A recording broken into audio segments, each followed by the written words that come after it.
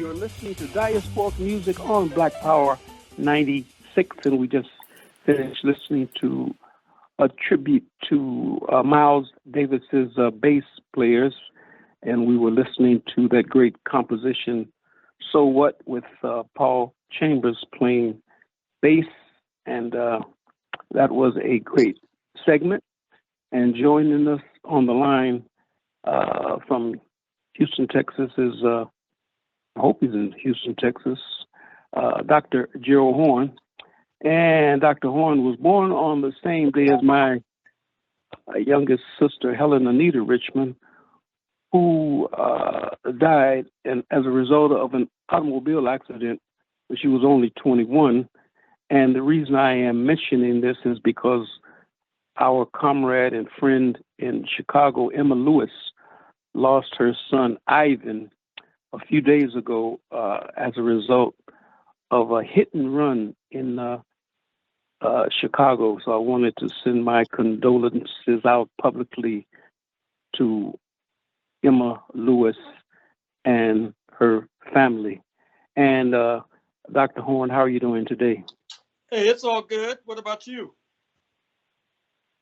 As Sam Cooke would say, wonderful, wonderful. Everything's pretty good. I have no complaints. I wanted to let's talk about the. Well, first of all, this is the day of the birth of Fela Kuti, and they have what is called now a celebration. I'd just like to get your thoughts on Fela Kuti and the contribution that he made to African liberation. Well, the celebration I know is taking place at WKCR.org, the Columbia University radio station. Just a few days ago, I believe it was October 10th, they had 24 hours straight music of the late pianist and composer Thelonious Monk. So the celebration is continuing in that wise tradition. We're all familiar, of course, with Fela and his confrontations with the authorities in Lagos and Nigeria. We're all familiar with his touring the United States and the close relationships that he developed with Black Americans, which had a significant impact on his ideological trajectory. And we're also familiar with the fact that his children are continuing the tradition of their father. Yes, Seun Kuti and Femi Kuti are continuing. And Seun is Fela's youngest son. He is on a world tour right now, so he might be stopping in on. He'll probably be coming to Houston and New York.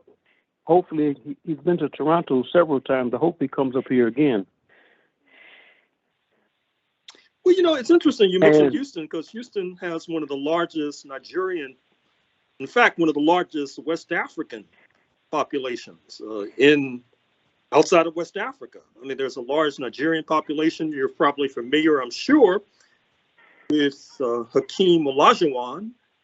He's former star basketball player for the University of Houston and Houston Rockets and the Toronto Raptors. Yes, sir.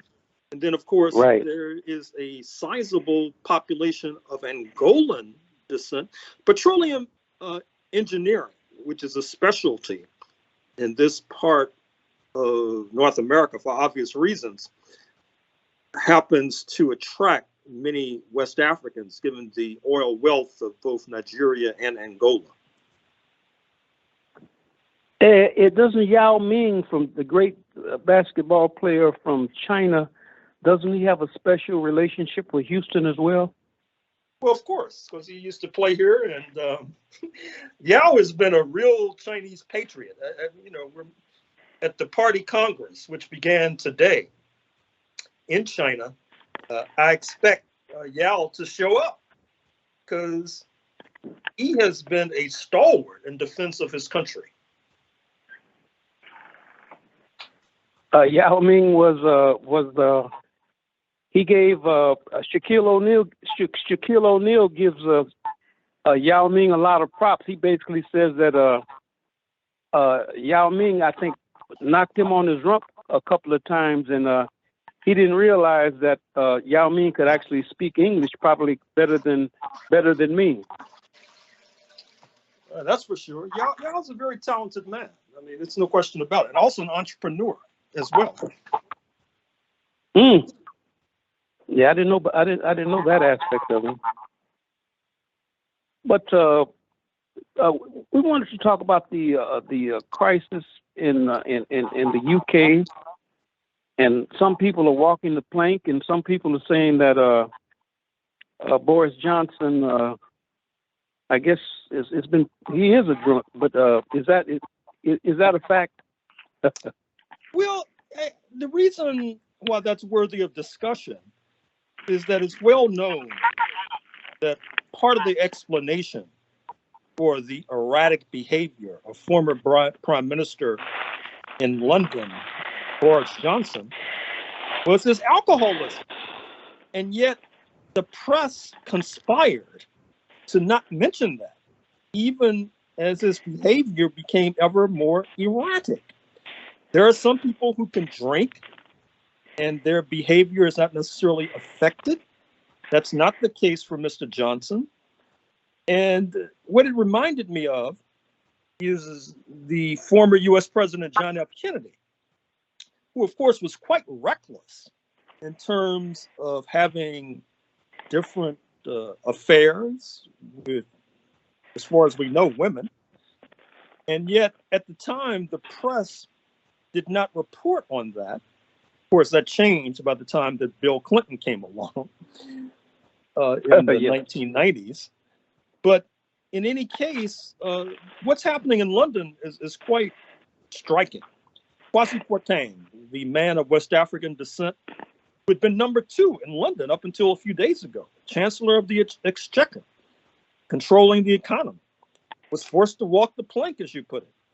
But what happened was that he initiated a so-called budgetary plan that involved tax cuts for the wealthy, financed by borrowing. The problem with Britain, and this is something that Canada needs to pay attention to, is that Britain wants to maintain social services like a typical European country, like the National Health Services, for example, subsidized healthcare. But it wants to have a tax regime like the United States of America, which is not notorious for its social services. And so that's a difficult circle to square. What London and what Mr. Kwarteng planned to do was make up the shortfall by borrowing, but the folks in the investor class who would lend the British government money were rapidly losing confidence in Britain for various reasons, because I think that what happens also is that there is still a delusion in London that they can reclaim the days of the British Empire and emulate the United States of America today. But that's probably not possible. And as a result, Mr. Kwarteng's supervisor, speaking of Prime Minister Liz Truss, it's already being wagered that she won't last until Christmas. It wouldn't surprise me if she didn't last until the end of next week, because after all, she was the architect of Mr. Kwarteng's budgetary plan. I mean, he couldn't do that on his own. I mean, he's not the number 1 official. And so what that will signal is really inordinate instability in London, just surpassed by India in terms of being the 5th largest economy on planet Earth. And if Liz Truss goes shortly, which I fully expect to happen, that will mean that this will be say, the third prime minister within the last few months, which is extraordinary instability. And this is also part, I suspect, of what might be called a Zelinski curse.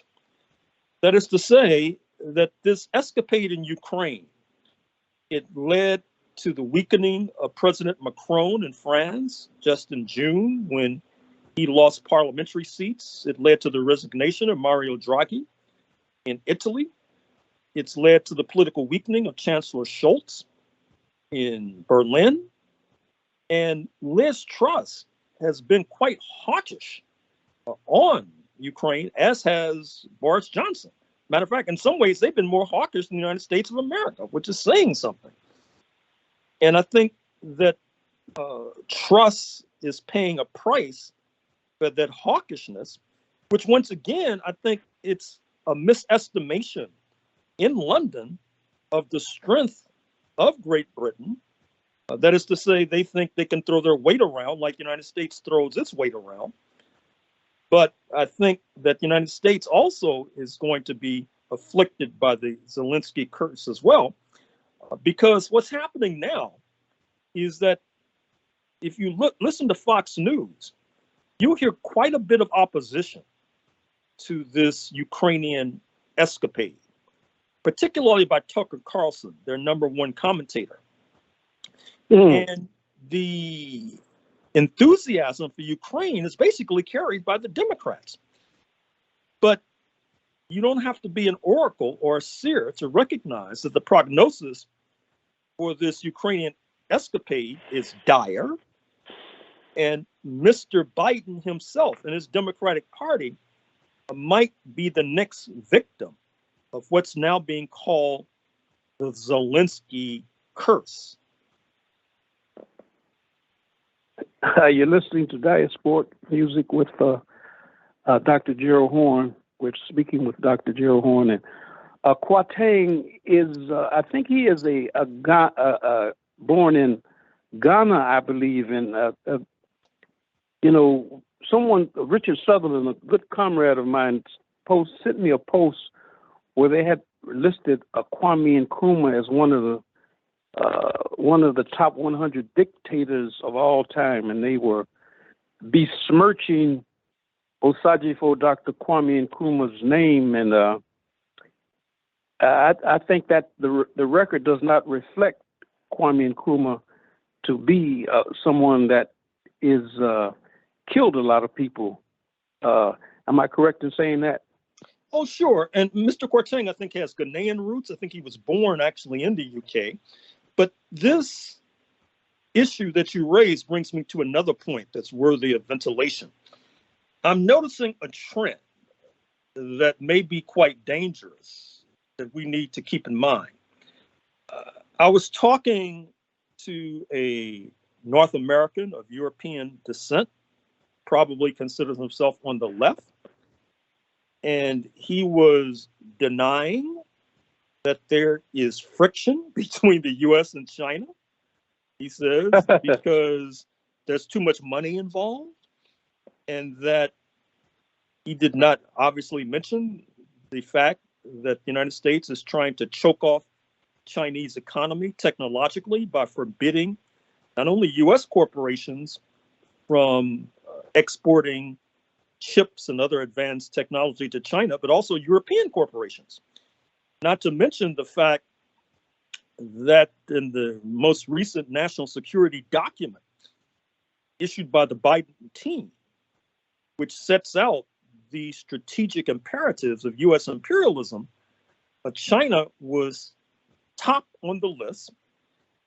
And this person also said that China and Russia are not that close, which I found mind-boggling because it's apparent that China is supporting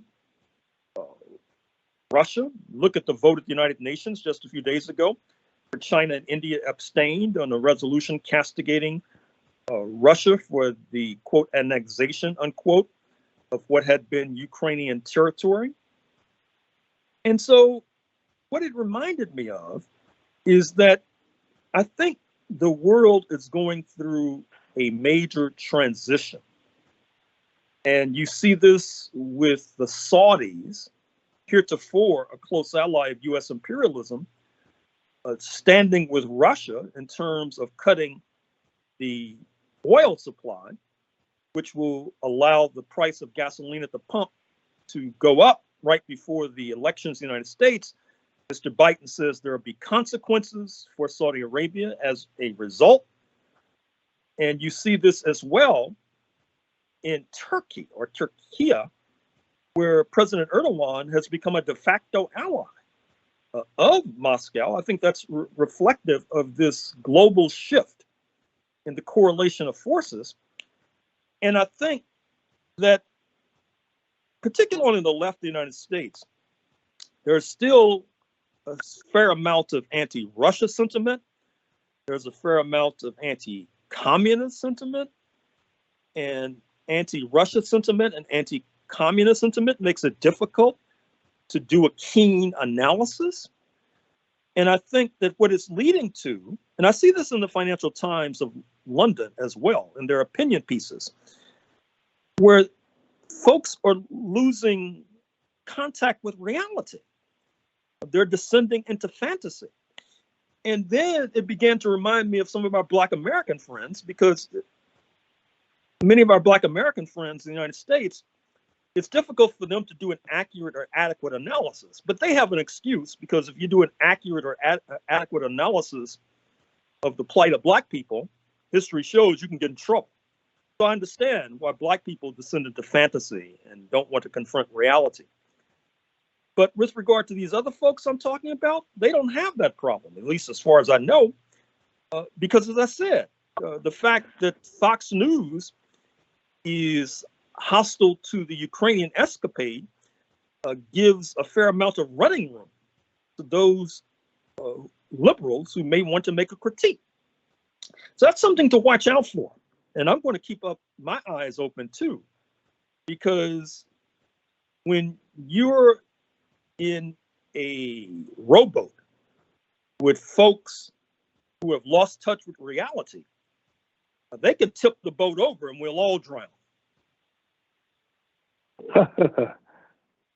I have a question for you. You talk about Black people in America, Africans in America, and their whole position on Russia, formerly the Soviet Union. Why is it that so many people, quite a few people in the Latin countries,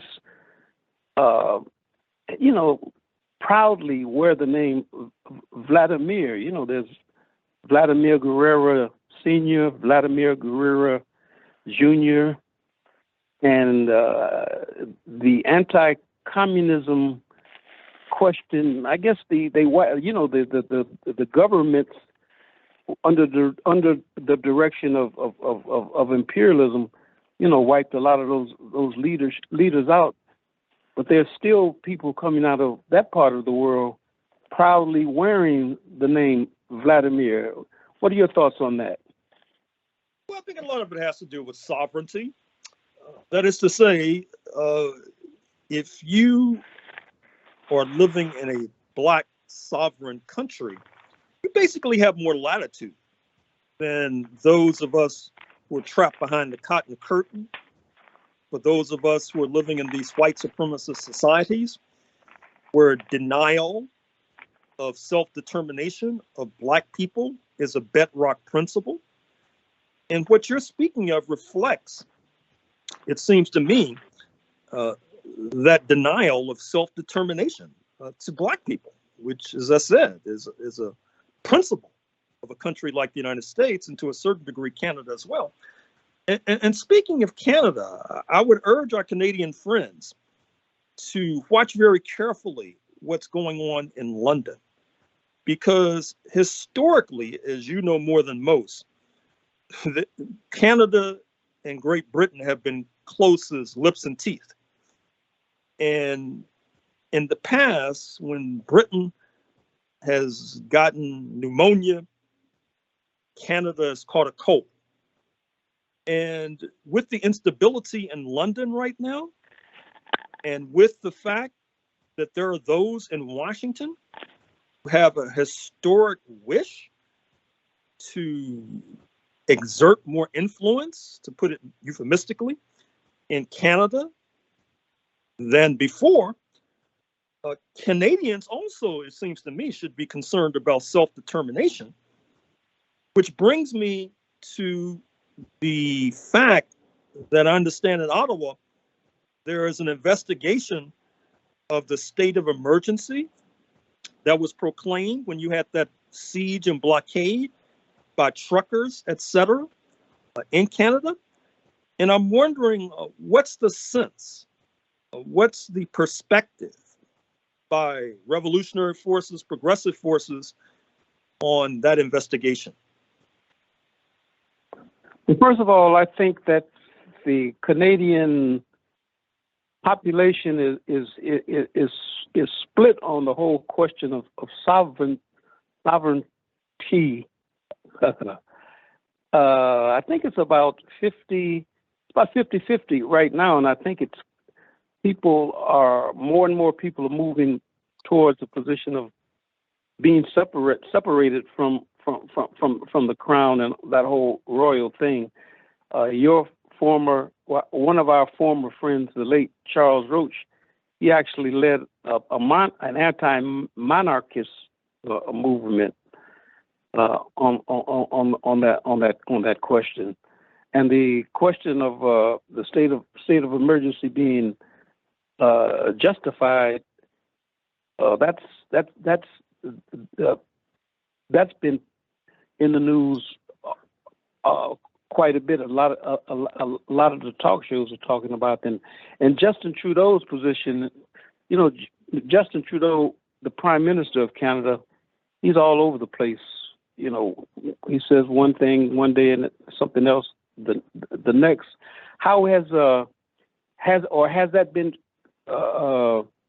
covered in the U.S. press?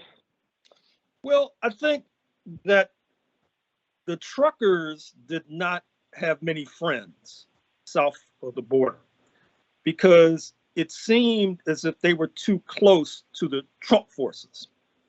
Yeah. And the mainstream press, New York Times, Washington Post, CNN, MSNBC, they're quite hostile to Trump. Now, that does not necessarily mean that they're going to prevail, because the fact of the matter is that there's a mass base for Trump. He didn't get 75 million votes by accident or because people didn't know what he stood for. I think that Trump has a mass base because, as I understand it, this country was born in counter-revolution, and there's been a counter-revolutionary impulse ever since. And Trump is just the latest expression of counter-revolution. And so from the point of view of many in the center and on the left, that trucker siege in Ottawa, it smacked of Trumpism. And so it didn't go down very well. Mm-hmm. Now we have about 8 minutes left. I think we might be able to cover everything we want to cover. Now there is a new book on Jacob Zuma of South Africa, and could you talk about the book and how the African National Congress and the South African Communist Party, made such a blunder in terms of supporting, the support for Mr. Zuma. Could you talk? First of all, what's the name of the book and who is the book by? Is Jacques? I can't pronounce his last name. It's Pauw. I assume that's Pauw. He's a South African writer. The book is The President's Keepers. I just read it. It came out a few years ago. And the book, it told me, it just added detail to what I already knew, which is that the Zuma regime was incredibly corrupt. And then that raises questions about how and why the African National Congress and the South African Communist Party supported the palace coup that led to the toppling of Thabo Mbeki, his immediate predecessor. And I think that the answer rests with a number of factors. Number one, Mr. Zuma is Zulu, and there had been this perception that Zulus were underrepresented at the top leadership of the ANC and of the SACP and of South Africa. That was a factor in his favor. Secondly, Mr. Zuma used to be the head of intelligence of the ANC, and he's a skilled internal operator. I don't think Thabo Mbeki knew what hit him. And at the party conference, he was toppled at Polokwane more than a decade ago. But the ANC and SACP, South African Communist Party, it seems to me, should have drawn reasonable inferences from the fact that Mr. Zuma has about 4 or 5 wives, has 20 or more children, which means he has an inordinate number of cousins and in-laws, all of whom went to feed at the government trial. He has to satisfy all of these forces. And it seems to me therein lies the seedbed of the corruption. Because of all these children, all these in-laws, wives competing with one another for his favors, they should have drawn reasonable inferences from that, but apparently they did not. And it's unclear to me if independent South Africa will ever recover from the Zuma years. And then I should mention another factor in all fairness, which is that the African National Congress, as has often been said, has been a broad church with many pews. It's been a multi-class organization, working class represented, the bourgeoisie represented. And with the retreat of the socialist camp beginning in 1991, which of course was a factor in the first instance of the apartheid authorities deciding to negotiate giving up power because they knew that the ANC was on the back foot since their major allies in Moscow and Berlin, the German Democratic Republic, Socialist Germany, were headed towards liquidation.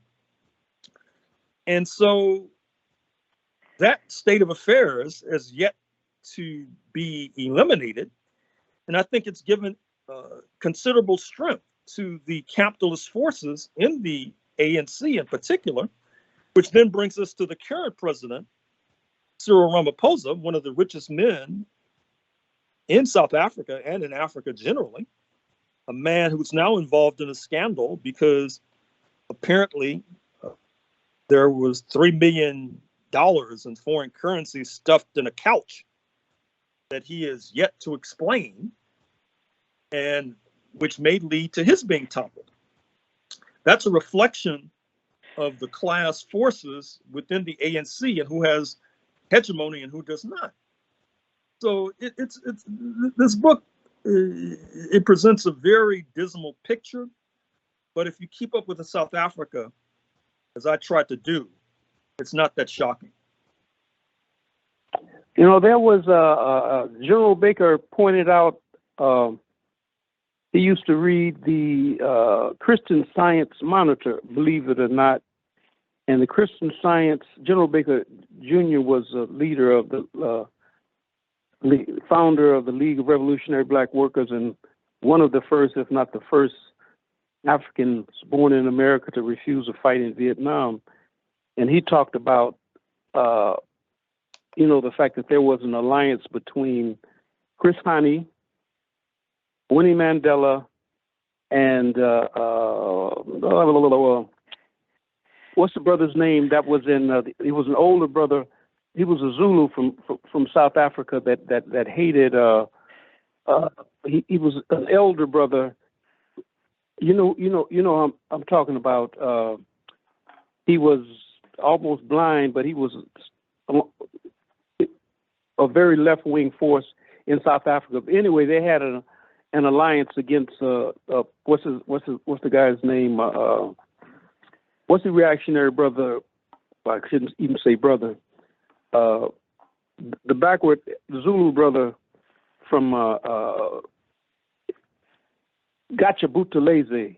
Yeah, there was an alliance against him, and I know you had a relationship with Chris Hani, correct? Yeah, when Chris Hani visited Los Angeles, I hosted him, and I mentioned in my book, it's a matter of public record, that the South African apartheid authorities had hired rogue police officers from the San Francisco Police Department to monitor and surveil me and to monitor and surveil this appearance by Chris Hani in Los Angeles that I hosted. So the plot thickens, and I urge, once again, when you write history, it's an argument without end. Even though I wrote almost 900 pages in a book about Southern Africa, there's much, much, much, much more that could be written. I encourage those within range of my voice to pursue that great task of doing so. Is there anything else you would like to ask, sir? Well, let me just mention or add. Freedom Now, KPFK Los Angeles, kpfk.org, 11 a.m. Pacific on Saturdays, 2 p.m. Eastern. Just yesterday, we had an interview with a sister who's done research on the earliest reparations activists. These are people who were active in the late 19th century about reparations. And we had an interview with a brother who's written a new book on the Republic of New Africa, which, as you know, had a base in Detroit City. And next week, we'll be interviewing a specialist on artificial intelligence, which is this new contraption that may be eliminating jobs, because despite recent magazine articles, self-driving vehicles, including trucks, are on the way, not to mention vehicles, and what that will mean for Uber drivers, Lyft drivers, and cab drivers is unclear. And then we're going to have another interview with a guy who specializes in actuarial science, which is a legal way to discriminate and make money. For example, an insurance company can legitimately discriminate against younger drivers and charge them more for insurance. The question is, can they legally discriminate against Black people? Tune in next week, find out. And let me say this, and then I'll let you go. I remember the first time I went to Jamaica, they asked me, when you sign in for what country you were from. I remember I put in, I was a citizen of the Republic. I might have even went so far as saying the People's Republic of New Africa. And I remember that the Jamaicans, the custom officers, most of them really got a kick out of that, because I was a U.S. citizen, and they some of them, probably the left-wing forces, they kind of like that. But I guess we will continue this discussion next week, sir. Good luck to you. And I would like to thank Lisa Watson for her technical brilliance, as per usual, as Milton Blake would say. And we will see you in the whirlwind. Take care.